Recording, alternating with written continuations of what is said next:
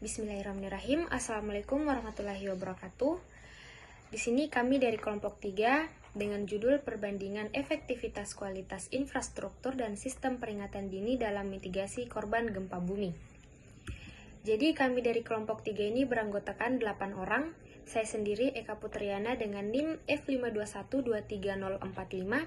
Teman saya Rehan Apta Afgani dengan NIM F521-23034. Anugrah Vita Dewi dengan NIM F521-23040.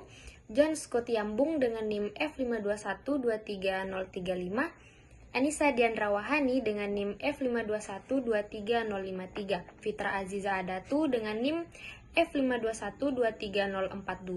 Dede Alfandi dengan NIM F521-23058. Dan yang terakhir ada Hamza Alamri dengan NIM F521-22017. Yang melatar belakangi kami mengangkat tema ini karena Indonesia itu berada di kawasan Ring of Free sehingga rawan gempa bumi yang sering menimbulkan kerusakan besar, kerugian ekonomi, dan korban jiwa. Untuk mengurangi dampaknya, dua pendekatan utama yang digunakan adalah infrastruktur tahan gempa dan sistem peringatan dini. Infrastruktur yang kuat dan mencegah keruntuhan bangunan, sementara peringatan dini memberi waktu evakuasi sebelum guncangan itu terjadi. Meskipun begitu, efektivitas keduanya masih sering diperdebatkan. Infrastruktur yang baik tanpa peringatan dini tetap berisiko, dan sebaliknya, peringatan tanpa bangunan yang kuat tetap berbahaya. Oleh karena itu, perlu analisis untuk membandingkan keduanya dalam menekankan jumlah korban jiwa akibat gempa bumi. Diagram CLD atau Causal Loop Diagram adalah alat bantu visual yang digunakan untuk memahami hubungan sebab akibat dalam suatu sistem. Diagram ini menunjukkan bagaimana satu hal bisa mempengaruhi hal lain, baik memperkuat maupun menyeimbangkan perubahan yang terjadi. Misalnya, kalau ada masalah, kita mungkin memberikan solusi cepat, tapi itu bisa menimbulkan efek samping. Sementara solusi mendasar mungkin butuh waktu lebih lama, tapi lebih menyeluruh. Diagram ini membantu kita melihat pola semacam itu secara keseluruhan. Ada dua jenis pola dalam diagram ini. Yang satu untuk memperkuat kondisi disebut reinforcing atau R, dan yang lain berusaha menyeimbangkan kondisi, itu disebut balancing atau B. Tujuannya adalah agar kita bisa lebih bijak dalam mengambil keputusan dan memahami dampaknya terhadap sistem secara keseluruhan. Contohnya, jika jumlah korban terus bertambah, maka angka kematian naik, penduduk jadi berkurang, dan itu bisa memperparah situasi. Ini disebut loop penguat atau R, karena memperburuk kondisi yang sudah ada. Tapi di sisi lain, kalau korban bertambah, maka bisa mendorong adanya sistem peringatan dini atau sistem tanggap bencana. Hal ini mengurangi jumlah korban, sehingga situasi menjadi lebih terkendali. Ini disebut loop penyeimbang atau B, karena membantu menstabilkan sistem. Intinya, diagram ini menunjukkan dua arah kemungkinan. Satu bisa memperburuk keadaan, dan yang satu lagi bisa membantu memperbaiki. Baik, Assalamualaikum warahmatullahi wabarakatuh. Perkenalkan, nama saya Anissa Diandra Wahani, dengan NIM F521-23053. Nah, di sini bisa kita lihat diagram CLD mitigasi bencana untuk gempa bumi. Di sini kami memiliki 8 variabel. Yang pertama itu ada variabel tingkat kelahiran, ada jumlah penduduk di daerah rawan gempa, ada variabel tingkat kematian, korban gempa, peringatan dini, frekuensi gempa, anggaran mitigasi, lalu yang terakhir ada variabel kualitas infrastruktur. Baiklah, saya akan menjelaskan logical conclusion dari diagram CLD gempa bumi kami. Yang pertama itu adalah frekuensi gempa to korban gempa. Ini artinya semakin sering terjadi gempa, semakin besar kemungkinan terjadi korban gempa. Yang kedua yaitu korban gempa bertambah tingkat kematian. Ini artinya semakin banyak korban, semakin tinggi potensi angka kematian. Yang ketiga yaitu tingkat kematian kurang jumlah penduduk di daerah rawan gempa. Ini artinya kematian menyebabkan berkurangnya jumlah penduduk di wilayah terdampak. Yang keempat itu ada jumlah penduduk di daerah rawan gempa tambah korban gempa. Ini artinya semakin banyak penduduk yang tinggal di daerah rawan, semakin besar jumlah korban saat gempa terjadi. Dan yang kelima, ini korban gempa tambah jumlah penduduk kurang jumlah penduduk di daerah rawan gempa. Ini artinya jumlah korban yang tinggi menyebabkan pengurangan populasi di wilayah tersebut karena meninggal atau pindah. Baiklah, sekian dari saya. Selanjutnya dilanjutkan teman saya. Oke, baik. Assalamualaikum warahmatullahi wabarakatuh. Sebelumnya, perkenalkan nama saya Dede Alfandi dengan NIM F521-23058. Nah, di sini saya akan melanjutkan pembahasan atau penjelasan dari teman saya sebelumnya mengenai diagram CLD gempa bumi. Jadi, mungkin saya jelaskan sedikit lagi tentang diagram CLD ini. Jadi, CLD ini itu merupakan singkatan dari causal loop diagram. Nah, jadi apa itu diagram CLD? Jadi diagram CLD atau causal loop diagram ini adalah alat untuk menggambarkan hubungan sebab akibat antar berbagai faktor dalam suatu sistem. Dan dalam hal ini atau dalam konteks ini, diagram ini digunakan untuk memahami bagaimana berbagai faktor saling mengaruhi saat terjadinya gempa bumi. Jadi langsung saja masuk ke penjelasan gambar. Jadi pada gambar sisi kiri atau pada sisi kiri ini itu menunjukkan bagaimana faktor-faktor saling terhubung dalam bentuk panah, arah panah dan simbol plus maupun simbol min. Jadi simbol plus yang ini dan juga simbol min yang ini. Nah, kemudian pada penjelasan hubungan dalam gambar di sisi kanan pada bagian ini, yang pertama, anggaran mitigasi ke peringatan dini itu ditandai dengan arah panah dengan simbol plus. Nah, itu artinya jika dana untuk mitigasi meningkat, misalnya dari pemerintah atau dana dari instansi lain, maka sistem peringatan dini ini akan menjadi lebih baik, seperti itu. Kemudian yang nomor 2 ini, jadi peringatan dini ke korban gempa itu ditandai dengan arah panah dengan simbol min. Jadi ini artinya sistem peringatan dini yang baik itu membuat masyarakat bisa menyelamatkan diri lebih cepat sehingga jumlah korban itu bisa berkurang, seperti itu. Kemudian yang nomor 3, anggaran mitigasi ke kualitas infrastruktur dengan arah panah dengan simbol plus. Itu berarti dana mitigasi juga digunakan untuk memperkuat bangunan, jembatan dan fasilitas lain agar tahan gempa. Jadi anggaran-anggaran dari pemerintah dialihkan ke kualitas infrastruktur untuk dibangun infrastrukturnya itu agar lebih kuat nantinya jika terjadinya gempa bumi atau bencana alam lain, seperti itu. Kemudian yang nomor 4, kualitas infrastruktur ke korban gempa dengan arah panah yang ditandai dengan simbol min. Ini artinya jika bangunan kuat saat gempa ini terjadi, maka kerusakan yang ditimbulkan oleh gempa itu akan jauh lebih kecil, sehingga korbannya itu akan jauh juga akan jauh lebih sedikit, seperti itu. Kemudian yang nomor 5, tingkat kelahiran ke jumlah penduduk di daerah rawan gempa itu ditandai dengan arah panah yang diberi simbol plus. Ini artinya jika tingkat kelahiran tinggi, maka jumlah penduduk di wilayah rawan gempa tersebut itu akan meningkat. Ini juga berpotensi menambah jumlah korban jika terjadinya bencana. Jadi seperti itu. Dan untuk penjelasan selanjutnya itu akan dijelaskan oleh teman saya. Jadi mungkin sekian dari saya. Terima kasih. Perkenalkan, nama saya John Scott Yambung dengan NIM F521-23035.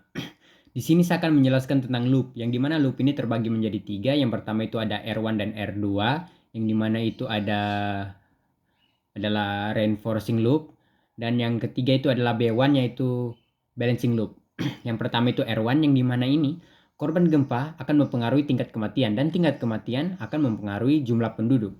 Dan jumlah penduduk ini akan mempengaruhi korban gempa. Yang dimana semakin banyak korban, maka tingkat kematian akan terus meningkat.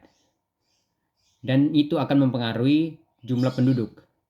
Namun jika jumlah penduduk terus bertambah, maka korbannya juga akan meningkat. Lalu ada R2 yang dimana ini adalah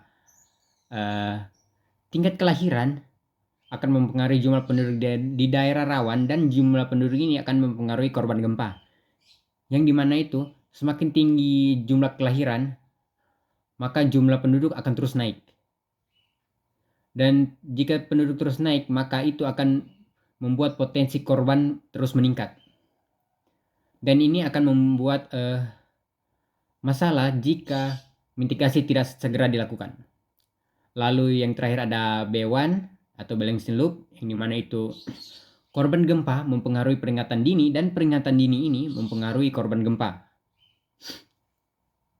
Jadi jika korban gempa terus meningkat, maka ini akan mendorong untuk sistem peringatan dini terus dikembangkan, dan peringatan dini ini akan menurunkan jumlah korban. Dan dari itu akan menciptakan efek yang dimana itu akan mengendalikan dampak dari bencana gempa ini.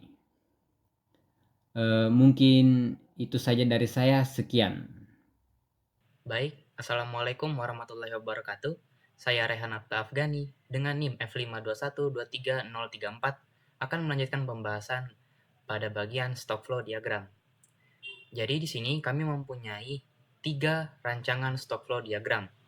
Untuk rancangan yang pertama itu pada tahun 2020 hingga 2024. Di sini ada SFD mengenai mitigasi bencana gempa, yang dimana pada saat ini anggaran mitigasinya itu dibagi 2, pada kualitas infrastruktur dan juga pada peringatan dini. Nah, di sini kami memiliki stok jumlah penduduk dan juga stok korban gempa. Untuk jumlah penduduk itu mempunyai inflow bernama tingkat kelahiran dan mempunyai outflow bernama arus keluar korban gempa. Kemudian pada korban gempa, kami mempunyai inflow yang bernama arus masuk korban. Yang dimana arus masuk korban ini diambil dari outflow dari arus keluar korban gempa pada stok jumlah penduduk.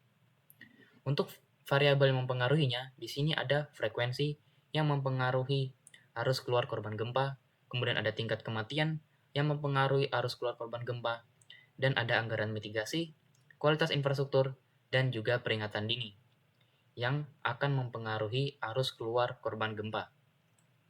Ini adalah rancangan SFD untuk mitigasi bencana dari gempa pada tahun 2020 hingga 2024, yang dimana pemerintah membagi anggaran mitigasinya untuk peringatan dini dan juga kualitas infrastruktur. Selanjutnya akan saya tampilkan bagaimana jika kita simulasikan anggaran mitigasinya hanya berfokus pada kualitas infrastruktur saja. Di sini dapat kita lihat, ini adalah SFD, rancangan SFD, yang dimana jika pemerintah memfokuskan anggaran mitigasinya hanya kepada kualitas infrastruktur, jadi tidak dibagi dengan peringatan dini. Makanya di sini kami membuat sebuah rancangan SFD untuk mensimulasikan di mana jika peringatan dini ini tidak ada atau dihapus, jadi hanya fokus pada kualitas infrastruktur. Untuk tampilan atau untuk isinya sama seperti SFD sebelumnya, hanya saja yang membedakan di sini adalah tidak ada peringatan dini. Ini adalah kami buat rancangan SFD untuk mensimulasikan dari tahun 2024 hingga 2029. Untuk kita lihat bagaimana korban gempa jika anggaran mitigasinya difokuskan pada kualitas infrastruktur. Ini adalah bagaimana simulasi pertama kami jika ingin melihat fokus dari anggaran mitigasi ke kualitas infrastruktur. Selanjutnya, ini adalah rancangan SFD yang ketiga untuk kami mensimulasikan bagaimana jika pemerintah memfokuskan anggaran mitigasinya hanya kepada peringatan dini, tidak kepada kualitas infrastruktur atau tidak dibagi kepada kualitas infrastruktur. Jadi pada simulasi kami yang kedua ini, kami membuat rancangan SFD yang sama seperti sebelumnya, hanya saja yang membedakan adalah tidak ada variabel kualitas infrastruktur. Jadi kami simulasikan pemerintah hanya fokus pada peringatan dini saja. Kami ingin melihat bagaimana grafik dari korban gempa jika pemerintah memfokuskan anggaran mitigasi kepada peringatan dini. Jadi, itu dia adalah 2 simulasi yang kami lakukan. Jika pemerintah fokus kepada anggaran mitigasinya kepada kualitas infrastruktur dan juga kepada peringatan dini. Kami ingin lihat masing-masing atau salah satu dari hal itu mana yang akan menurunkan jumlah dari korban gempa secara signifikan jika kita simulasikan. Untuk simulasi kedua ini, dari peringatan dini, SFD untuk peringatan dini, sama seperti SFD untuk kualitas infrastruktur. Jadi ini simulasi untuk tahun 2024 hingga 2029. Untuk output atau hasil dari grafik korban gempanya akan dijelaskan oleh rekan saya selanjutnya. Sekian yang dapat saya sampaikan, saya akhiri. Wassalamualaikum warahmatullahi wabarakatuh. Baik, Assalamualaikum warahmatullahi wabarakatuh. Perkenalkan, nama saya Anugrah Vita Dewi dengan NIM F521230440. Di sini saya akan menjelaskan grafik dari stock flow diagram yang sudah kita buat tadi. Jadi di sini yang pertama ada grafik stock flow diagram kualitas infrastruktur dan peringatan dini, yang dimana jika kalian lihat pada slide 11 tadi, jika kita memfokuskan kedua anggaran tersebut, anggaran mitigasi kepada kualitas infrastruktur dan juga peringatan dini, maka penurunan korban gempanya seperti ini. Jadi dia dari tahun 2020 sampai tahun 2024. Ini merupakan data awal yang telah kami temukan dan kami masukkan ke stock flow diagram tadi. Jadi jika anggaran mitigasinya itu dibagi antara kualitas infrastruktur dan peringatan dini, maka korbannya akan menurun, maka grafiknya akan menjadi seperti ini. Jadi terlihat ada penurunan di tahun 2024. Nah, lalu kita bisa melihat di pada slide ini, yaitu grafik stock flow diagram kualitas infrastruktur. Ini kita membuat sebuah skenario jika anggaran mitigasi bencananya hanya kita fokuskan ke kualitas infrastruktur dari tahun 2024 sampai tahun 2029. Bisa kita lihat bentuknya seperti ini. Jadi dia ada menurun sampai pada tahun 2029. Nah, selanjutnya kita membuat satu skenario lagi yang dimana jika anggaran tadi kita fokuskan ke peringatan dini, maka penurunan korban gempanya dari tahun 2024 sampai tahun 2029 akan seperti ini. Lanjut, karena judul kami adalah membandingkan mana yang lebih bagus antara kualitas infrastruktur dan peringatan dini. Di sini kita bisa membuat skenario-nya itu digabung, teman-teman. Jadi di sini kita bisa melihat bahwa hal yang perlu kita fokuskan itu adalah kualitas infrastruktur daripada peringatan dini, karena dari grafik ini kita bisa melihat bahwa angka penurunan korban gempa lebih dipengaruhi oleh kualitas infrastruktur. Sekian dari saya. Wassalamualaikum warahmatullahi wabarakatuh.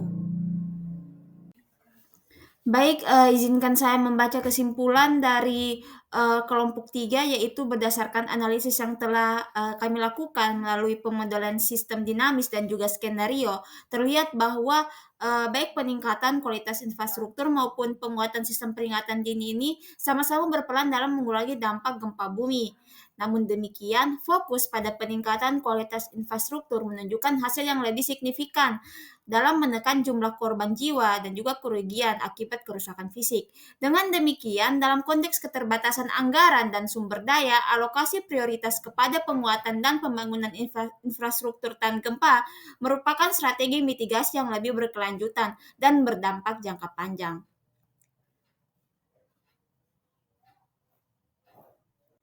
Sekian dari kelompok 3, kami mengucapkan mohon maaf jika ada salah kata. Wassalamualaikum warahmatullahi wabarakatuh.